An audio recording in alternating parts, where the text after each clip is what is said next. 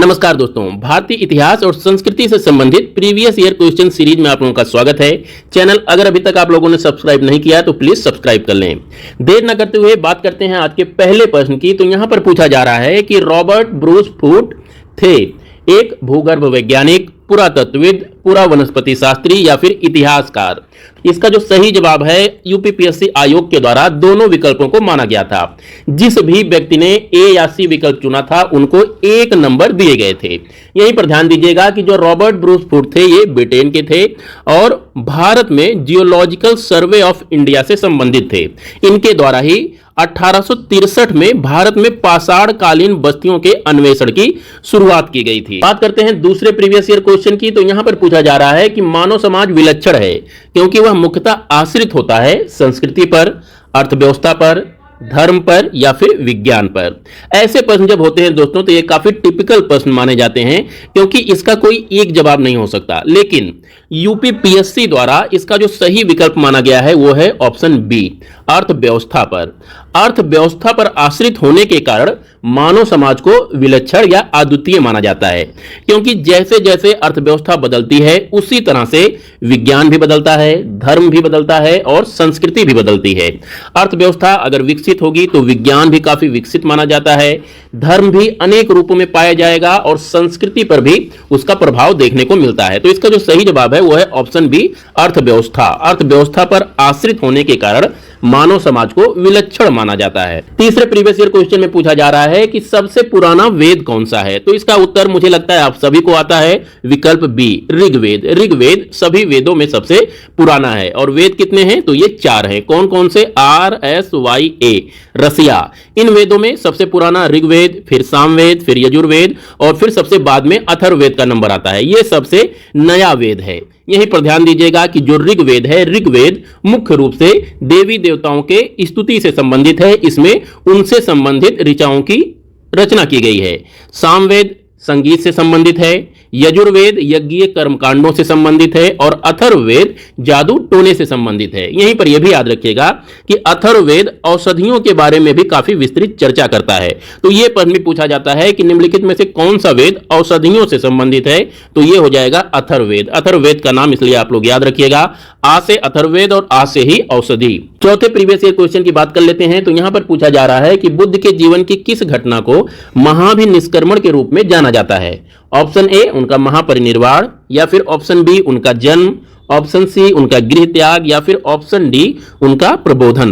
तो इसका जो सही जवाब है वो है ऑप्शन सी, उनका गृह त्याग। महात्मा बुद्ध ने जब गृह त्याग किया तो बौद्ध ग्रंथों में इसे महाभिनिष्क्रमण के नाम से जाना गया है। यहीं पर ध्यान दीजिएगा कि महात्मा बुद्ध का जन्म कब हुआ था, तो ये 563 ईसा पूर्व में इनका जन्म लुम्बिनी नामक स्थान पर हुआ था। लुम्बिनी इस समय कहां पर है, तो ये नेपाल में अवस्थित है। इनकी मां का क्या नाम था, तो इनकी मां का नाम माया था और इसके साथ ही साथ इनकी धाय मां यानी जिन्होंने गौतम बुद्ध का पालन पोषण किया था उनका क्या नाम था, तो उनका नाम था गौतमी। इन्हें प्रजापति गौतमी के नाम से भी जाना जाता है। यहीं पर ध्यान दीजिएगा कि माया और गौतमी दोनों सगी बहनें थीं। माया की मृत्यु हो गई थी गौतम बुद्ध के जन्म के मात्र 7 दिनों के बाद ही और इसके बाद गौतम बुद्ध के पिता ने माया की बहन प्रजापति गौतमी के साथ विवाह किया था। इस प्रकार गौतम बुद्ध की मौसी जो थी वो गौतम बुद्ध की सौतेली मां भी थी। यहीं पर एक फैक्ट और याद रखिएगा कि प्रजापति गौतमी बौद्ध संघ में शामिल होने वाली पहली महिला थी। शुरू में जो गौतम बुद्ध थे वो प्रजापति गौतमी को बौद्ध संघ में शामिल करने के पक्ष में नहीं थे, लेकिन बुद्ध के सबसे प्रिय शिष्य जो कि आनंद थे, इनके कहने पर बुद्ध ने प्रजापति गौतमी को बौद्ध संघ में शामिल कर लिया था। एक प्रश्न बुद्ध से संबंधित और पूछा जाता है कि इनके जनपद का क्या नाम था, यानी ये किस देश के निवासी थे, तो उसके लिए आप याद रखिएगा ये शाक्य गणराज्य के निवासी थे। अगले प्रश्न में पूछा जा रहा है कि भागवत संप्रदाय के विकास में किसका देन अत्यधिक था। ऑप्शन ए पार्थियन, बी हिंद यूनानी लोग, सी कुषाण या फिर डी गुप्त? तो इसका जो सही जवाब है वो है ऑप्शन डी गुप्त। गुप्त शासकों के द्वारा भागवत संप्रदाय के विकास में अत्यधिक सराहनीय कार्य किया गया था। भागवत संप्रदाय को वैष्णव संप्रदाय या वैष्णव धर्म के नाम से भी जाना जाता है। यहां पर ध्यान दीजिएगा कि भगवान विष्णु और उनके अवतारों की पूजा वैष्णव धर्म के अंतर्गत की जाती है। बहुत सारे गुप्त शासक हुए जिन्होंने अपनी उपाधि परम भागवत रखी थी। परम भागवत वैष्णव धर्म से संबंधित एक उपाधि है। यहीं पर यह भी याद रखिएगा कि जो गुप्तों का राजकीय चिन्ह था वो गरुड़ था और गरुड़ भगवान विष्णु का वाहन है।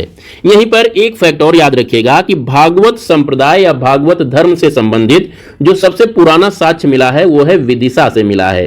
विदिशा में एक स्तंभ मिला है जिस स्तंभ को हेलियोडोरस का बेसनगर स्तंभ के नाम से जाना जाता है। इस बेसनगर स्तंभ से भागवत संप्रदाय के बारे में जानकारी मिलती है। और ये जो बेसनगर स्तंभ है ये किस काल का है ये भी पूछा जाता है, तो ये मौर्य काल का है। ये आप लोग याद रखिएगा। मौर्यकालीन बेसनगर के स्तंभ से भागवत संप्रदाय के बारे में जानकारी मिलती है। और ये बेसनगर का जो स्तंभ है ये हेलियोडोरस से संबंधित है।